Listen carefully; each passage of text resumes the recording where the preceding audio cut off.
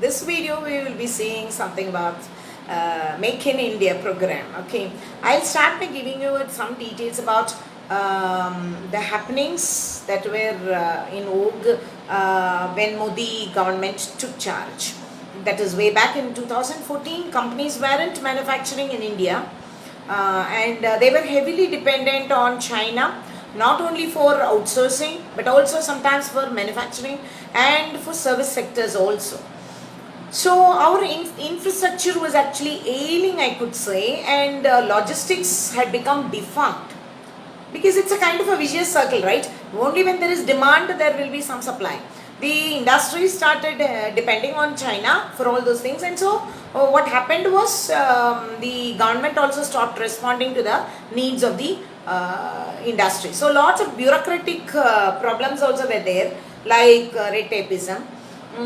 And beyond that, lack of good transport networks was rampant, and widespread corruption was also a huge hindrance to the industry.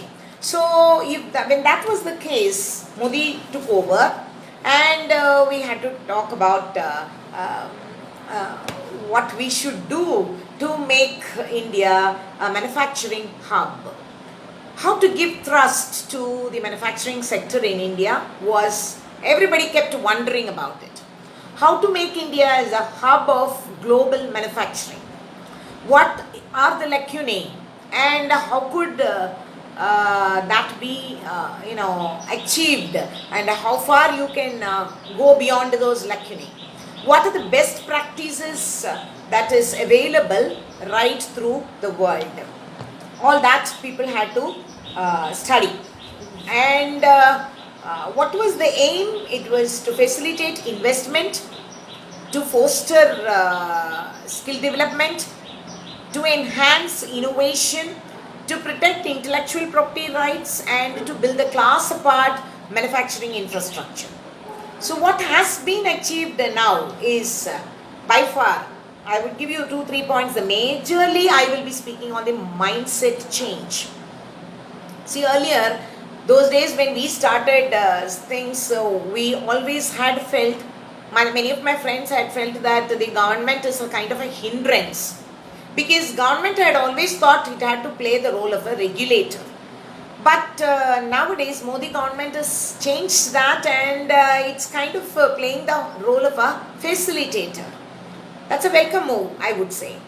The government will partner with the industry in the economic development of the nation. That's a huge success. Efforts from central ministers, not only them, ministers from state governments, the staff, officers, industry leaders, technical and knowledge partners, all of them had come together to make this Make in India a great success.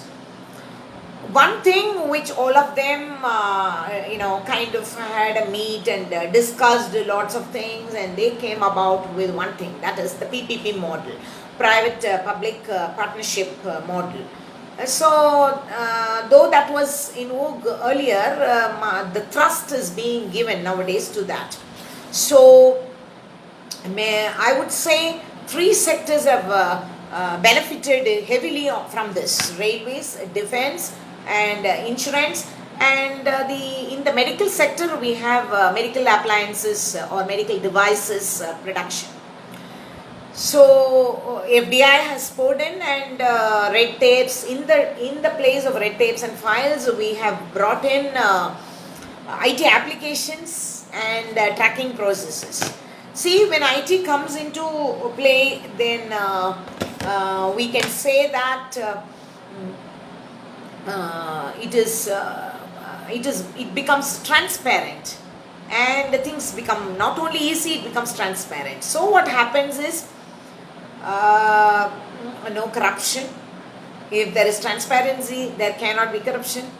And beyond this, the change in the mindset, labor laws have been amended. So online IT filing and increase in validity of industrial licenses, all that has helped us in this mindset change. New infrastructure also has come into place, great requirement for industrial this thing. Development means it intends to develop industrial hubs, industrial corridors, and technology, 4G communication is there, and smart cities are on the pipeline. Then we have worked out lots of things in network, logistics, industrial clusters, innovation, research and development activities, where it's a great boon, I would say. The academia and the people are from the industry are working together, and the PMKVY, that's one thing, Prime Minister Kaushal Vikas Yojana for skill development, that will that will have to kind of augment Make in India scheme. New sectors, 25 sectors have been classified, and they come under this automobile, for example, automobile and its components, aviation, biotech, and food,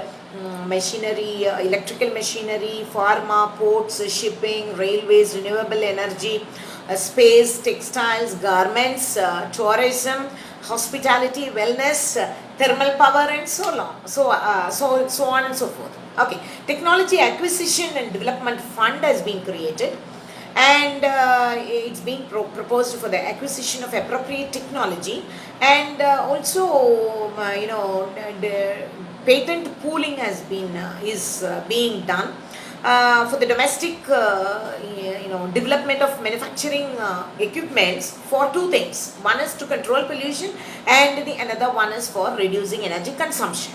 So that would help us in the larger motive of Modi of reducing the carbon footprints of India in the world. And policy-wise, 100% FDI permitted in 25 sectors, especially all the other 22 sectors, 3 more sectors are left behind. Number one is media with 26%, and investments from foreign for FDI, and defense 49% FDI, and space 74% FDI. Okay, aim of the campaign is to grow the GDP from 15% to 25%. Okay, the contribution of the manufacturing sector from 15% to 25%. So the logo, it's beautiful. It's been, it's kind of inspired by the Ashoka Chakra and the valiant, elegant lion.